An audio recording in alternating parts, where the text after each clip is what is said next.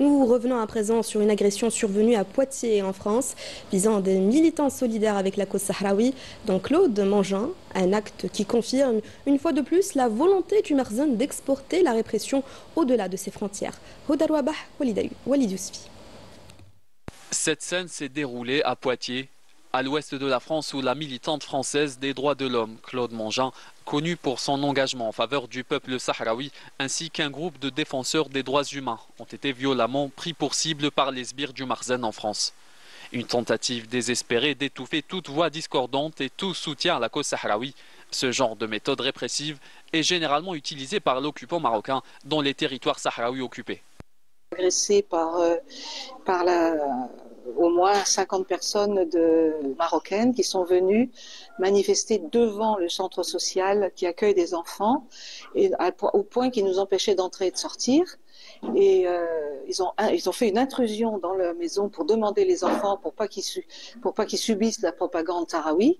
Et donc il a fallu que les animatrices se défendent en disant mais vous n'êtes pas le père des enfants, c'est pas à vous de le prendre. Et quelques Sahraouis qui étaient là, moi je les ai empêchés de sortir pour pas qu'elles soient attaquées par les Marocains. Donc on est un petit peu gênés. Heureusement la LDH est courageuse, elle sait ce qu'il faut faire, mais on s'inquiète beaucoup pour la suite.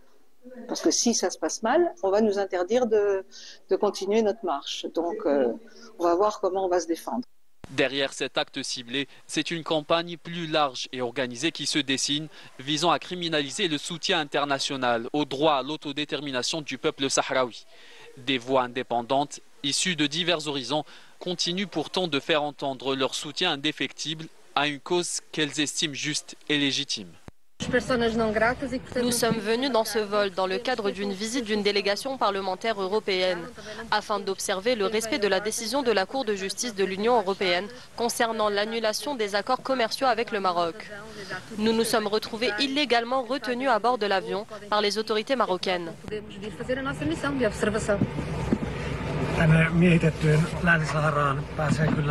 Nous voulions également constater le respect des droits humains, mais nous n'avons même pas été autorisés à descendre de l'avion, sans qu'aucune explication ne nous soit donnée. Alors que le Marzane considère la défense des droits humains comme une menace, l'inversion des valeurs atteint un point critique. Réprimer l'engagement humanitaire, même au-delà des frontières nationales, revient à installer un climat de terreur globalisé. Pourtant, malgré les intimidations, la question du Sahara occidental s'impose toujours dans les consciences et sur les places publiques qui refusent de céder face à la peur.